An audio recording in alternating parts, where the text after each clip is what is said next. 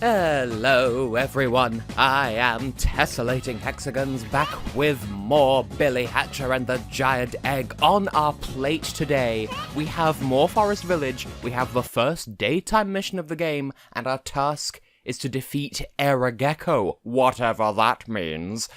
Also, I love the rainbow text in the loading screens. I've been cutting them out thus far, but I wanted to leave at least one in just so you could appreciate the squanginess of that's, you know what, squanginess isn't even a word.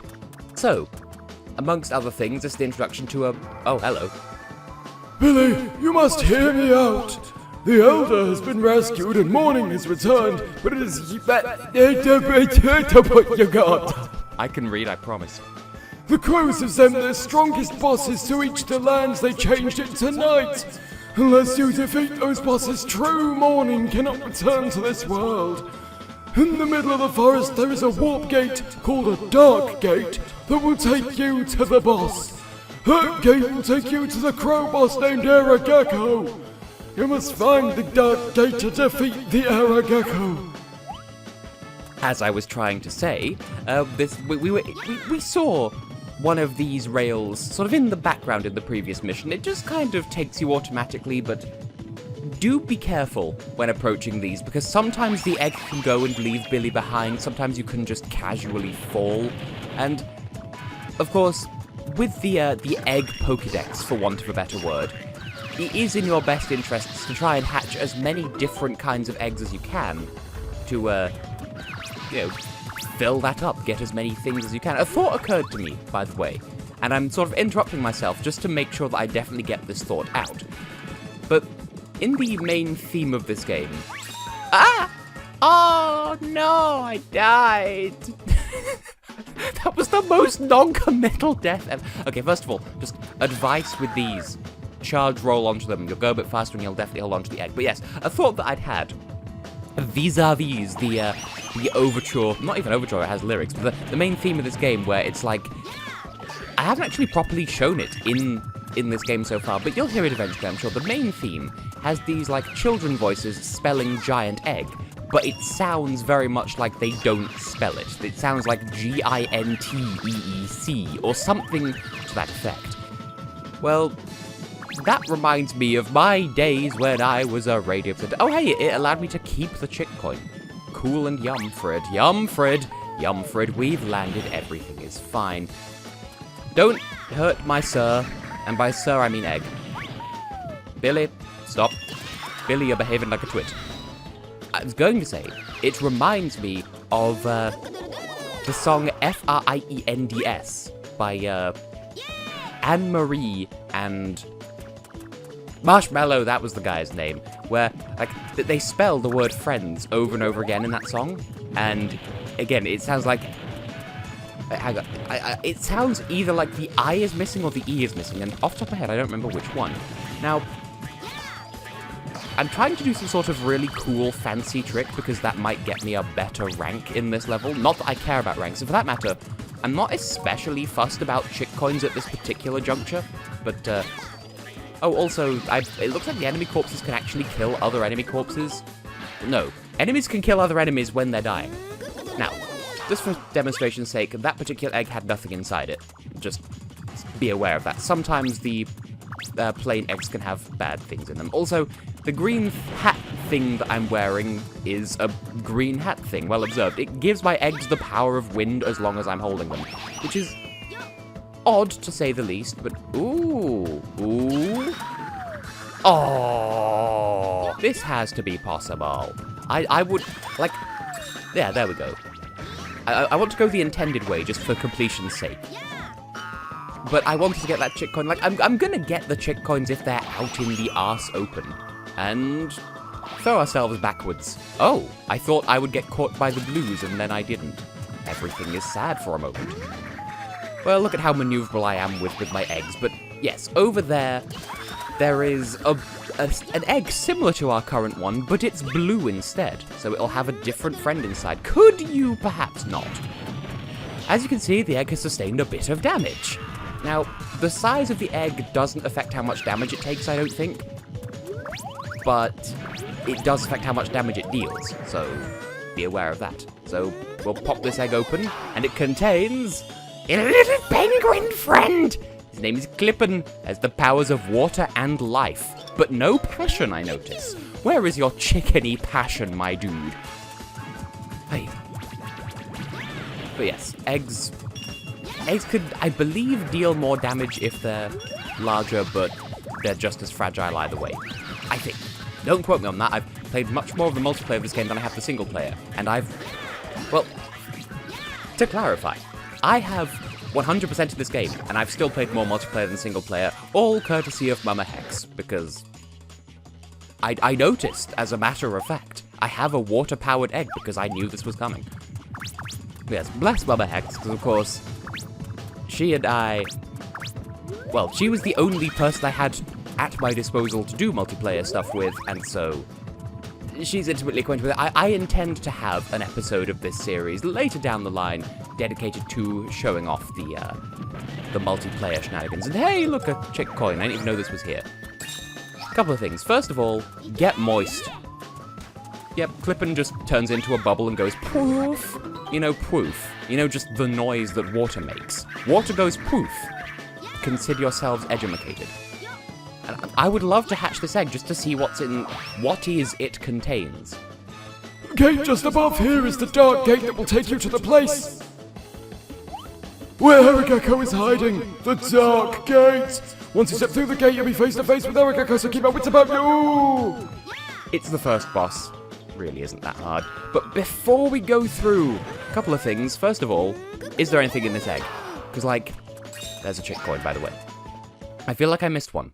I seem to have missed one, unless there's one in here. I don't remember. I don't especially care, but still. So, I've forgotten what I was just saying. Oh, I remember that animation, though. It's so juicy. Now, obviously, I feel like this is worth iterating and reiterating, especially since I've now watched back the opening cutscene of this game. But, obviously, this channel does not condone cruelty towards animals. Also, yeah, you just need to find the friend in the grass and just pounding away, won't you be mine, boom, bang, bang, bang all the time. And then he's like, oh, I'm gonna swishle the swoosle and then regrow the grass. So that's how this boss works. Can you not? Yeah, the idea is he'll hide in the grass, then you flatten the grass to expose his ass and, by extension, the rest of him. It's really not that difficult. I don't know if there's like a faster way of doing this. It's been a hot while, but just like I said, as I quoted with Lulu and Boom Bang Bang, just pound, pop the egg, eat the knipple. Now, I do find it rather charming that there was this era, no reference intended, of video games where, like this and Clone Noir, it was like, ah, you screamed at me, how rude. Where they would come up with, like, names for the bosses in whatever local language, because, like, I feel like Era Gecko isn't meant to mean anything, but it's both Spanish and Latin for it was a gecko, and now that it's dead, it was a gecko. Dummy thick, by the way, but yeah, it turns out it was just a flock of crows. But yeah, all the monsters in this game are just crows that have shape-shifted or shape-shof in the past tense.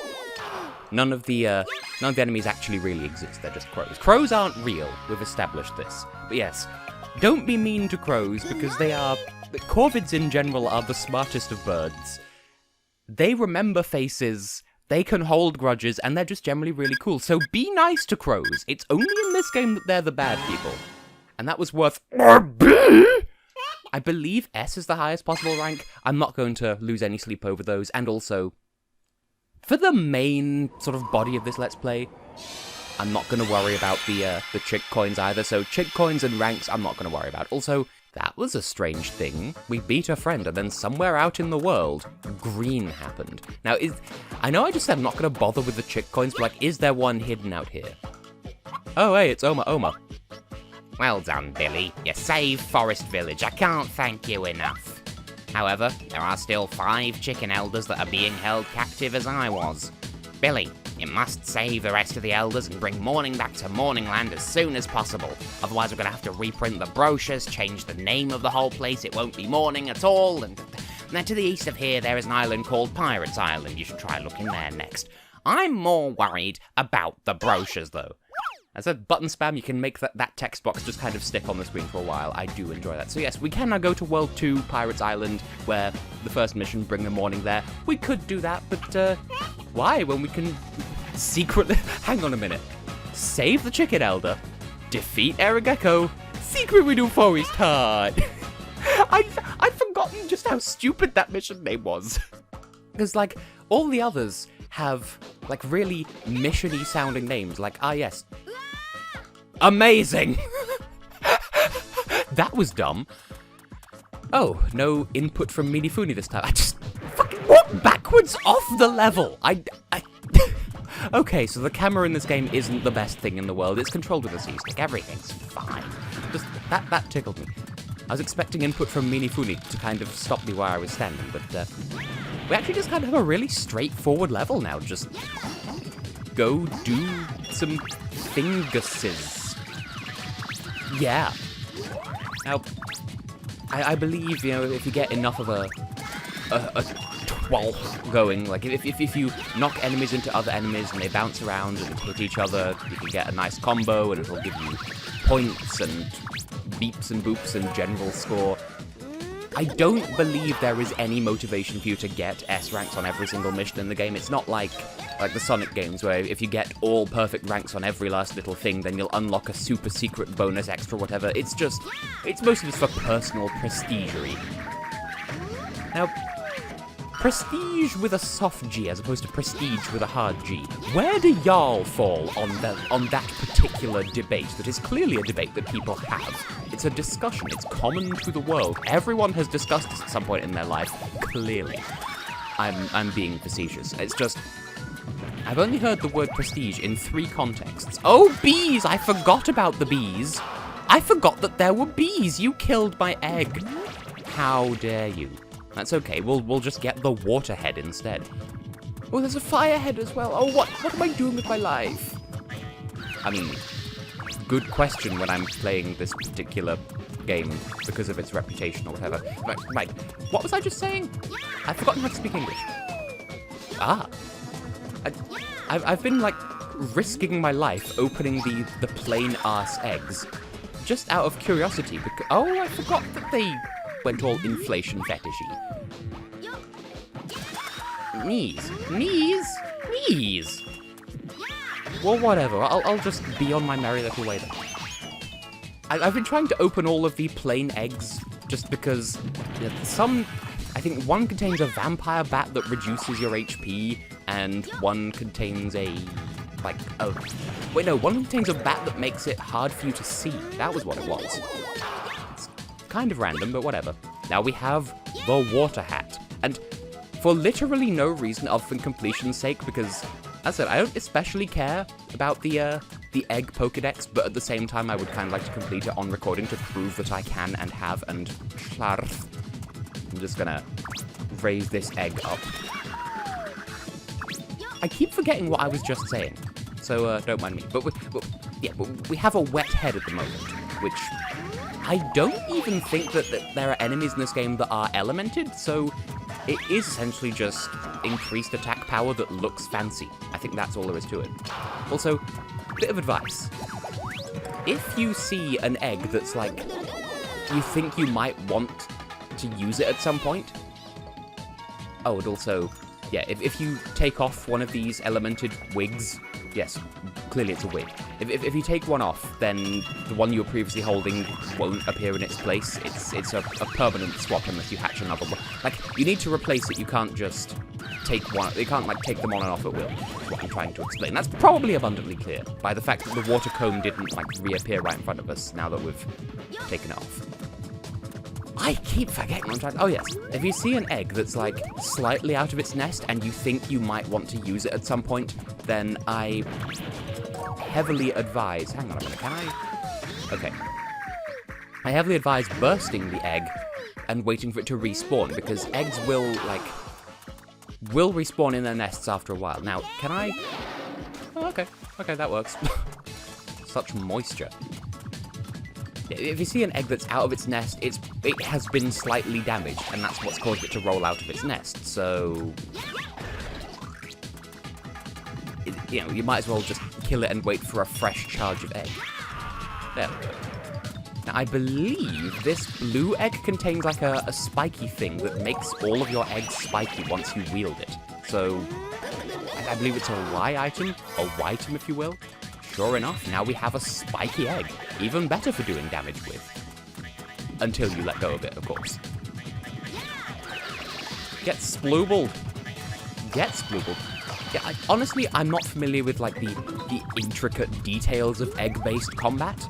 Because I play this game because it feels good, and that's kind of it. But hey, we've nearly reached the secret little forest village hut, which it's like View the Windmill from one of those. As you can see as well, the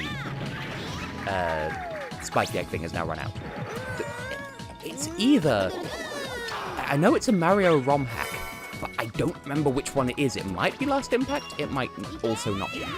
Oh, by the way, you can only use your animal body a finite number of times before they, like, disappear. So, they are permanent until they run out of ammo, basically. Like, they're not time-based, but they are usage-based. And Chameleon, as you might predict, makes you invisible. That's all there is to it. As I said, I'm not the professional best at egg-based shamunkeries, so don't come to me for the wisest of wisdoms. I'm just here to fill out my egg Pokédex. And also pick up chick coins, but not obsessively. Oh, good, another bee friend. Clippin', would you mind? There you go. Now, does this have a trap friend in it? I'm gonna want it for completion's sake eventually. Like, I don't even think they appear in this world, but here we am, are, is, ooh, are anyway. Well, we've reached the emblem of courage. Oh, it didn't even have a cutscene to tell me, hey, your emblem is ready. Ah, sometimes they contain one-ups. I forgot about that. But yes, I'm being deliberately intensive and investigative and explorative of the levels because I'm enjoying playing the game and having fun. I'm not going for good grades because I don't really care. Chick coins, sure, if I know where they are. Unique eggs? Yeah, why not? But I see why that was a C. I believe the worst rank is D? Either way, it doesn't matter. You know, if I get good ranks, then great. If I don't, I won't lose sleep over it. But, there you go. Depending on any time, you can make that text box freeze at weird sizes. Anyway, for now, I have been and will continue to be Tessellating Hexagons, and in the next episode, travailing mini-game salesman, because Americans can't spell. And hey, we missed 2 chick coins there and 1 there, and honestly, who even cares? All they're good for is unlocking the Sonic eggs, which I will cover in due course. It's gonna be not a 100% playthrough, but as good as makes no odds. But for the time being, I've already outroed, so I'll just keep slapping my leg next to the microphone. See you in the next one.